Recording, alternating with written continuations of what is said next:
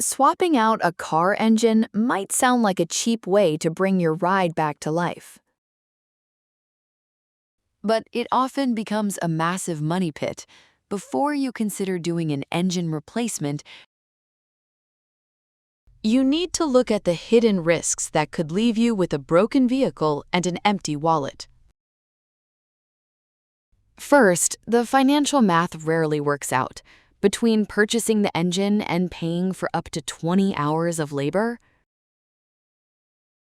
a total swap often costs more than half of the vehicle's remaining value. On top of that, modern electronics make swapping a nightmare. Your engine control unit might reject the new hardware,